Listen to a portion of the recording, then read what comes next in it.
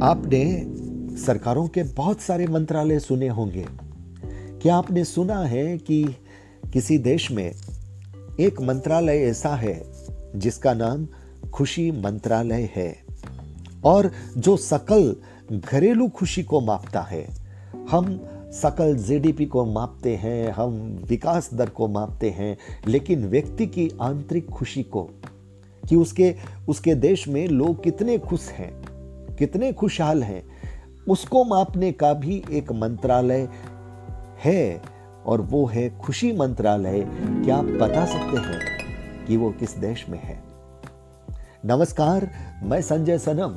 आप देख रहे हैं डिजिटल फर्स्ट न्यूज। कुछ खबरें कभी ऐसी आ जाती है जो सोचने के लिए विवश करती है और जो ये बताती है कि क्या इस तरह के मंत्रालय भी हो सकते हैं, होने चाहिए। यह बात देखते ही पता चलती है कि वो देश कितना खुशहाल होगा। उस देश की व्यवस्थाएं जब इतनी प्रगाढ़ है, इतनी समृद्ध है कि उस देश की सरकारी व्यवस्थाएं, राजकीय व्यवस्थाएं इस बात को निर्धारित करती है कि उस देश में रहने वाला हर व्यक्ति खुशहाल हो, उसके पास उसका अपना मकान हो, भूख या कुपोषण का न नामो निशान हो और न गरीबी हो, न बेकारी हो। जी हाँ, एक ऐसा देश हमारे ही पड़ोसी, बिल्कुल पड़ोस में, और उसका नाम है भूटान। भूटान का ये जो करिश्मा है वो आश्चर्यजनक है। भारत का उत्तरी पड़ोसी है भूटान और एशिया का सबसे खुशहाल देश है। एशिया का सबसे खुशहाल देश में नाम आता है भूटान का। आपका जनरल नॉलेज और प्रगाढ़ हो जाएगा। अगर आप कोई कंपटीशन का एग्जाम दे रहे हैं तो शायद अगर कभी ये सवाल आ जाए तो इसका जवाब ये दिया जा सकता है। भारत में करोड़ों लोग गरीबी रेखा से नीचे जीवन बिताते हैं, बेघर और भूखे पेट सोने को विवश भी होते हैं। वहीं भूटान की सरकार सबको घर और भूखा नहीं रहने की गारंटी देती है। वहां हर किसी के पास अपना मकान है, भूख या कुपोषण का कोई नामो निशान नहीं है। भूटान में इलाज बिल्कुल मुफ्त है। सोचिए, दवाइयों का खर्च भी सरकार खुद उठाती है। एक अनोखी बात यह है कि भूटान में कोई व्यक्ति सड़कों या फुटपाथ पर डेरा नहीं जमाता।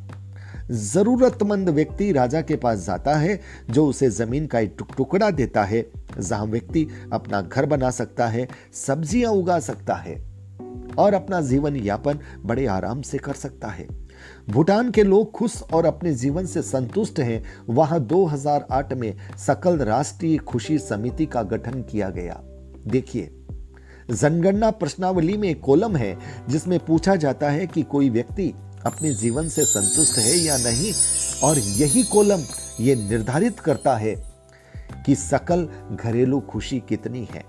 भूटान में जीवन की क्वालिटी वित्तीय और मानसिक मूल्यों के बीच संतुलन से तय की जाती है।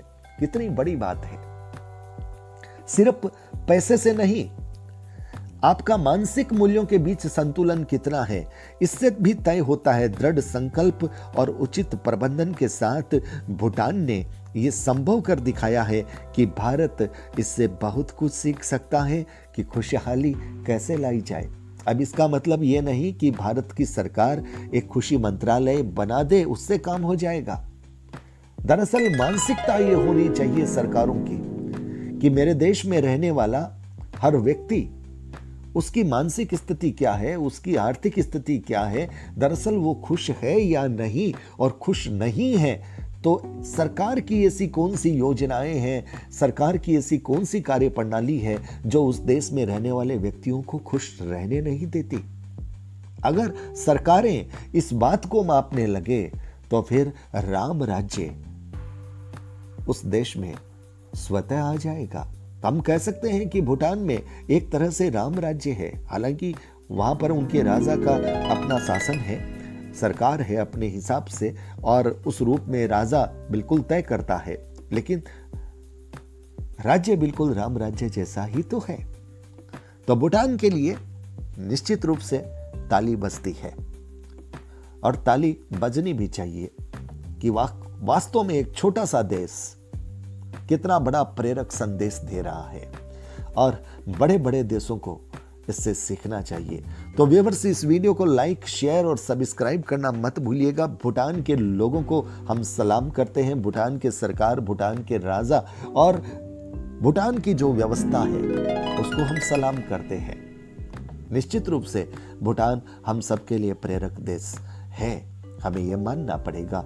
छोटा होने से कोई छोटा नहीं होता, छोटा होकर के कोई अगर बड़ी लकीर खींच देता है तो फिर वो छोटा सा देश भी बहुत बड़ा हो जाता है। और किसी भी देश को बड़ा करने के लिए उसके मूल्य बड़े होने चाहिए, उसकी समझ बड़ी होनी चाहिए, उसकी सोच बड़ी होनी चाहिए और भूटान ने ये करके दिखाया है। सलाम भूटान, बहुत बहुत आभार, नमस्कार।